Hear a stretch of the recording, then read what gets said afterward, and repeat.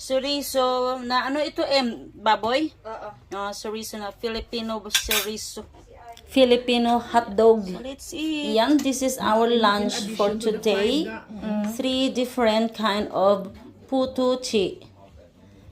Very delicious and it's not so sweet, guys. Boy, our lunch for today.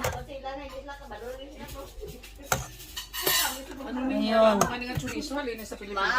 Hindi. Kay Amy. Ayun, our lunch for today. Tikim. Manamit ang utan. Ayan. Hope is taste good. Ari para dako. Alaga, welcome. Last date kami dito sa bahay. Ilang days ka na dito? Lane 20 ako. Galit ka ba? Ako ka lang ulit. Welcome sa Norway.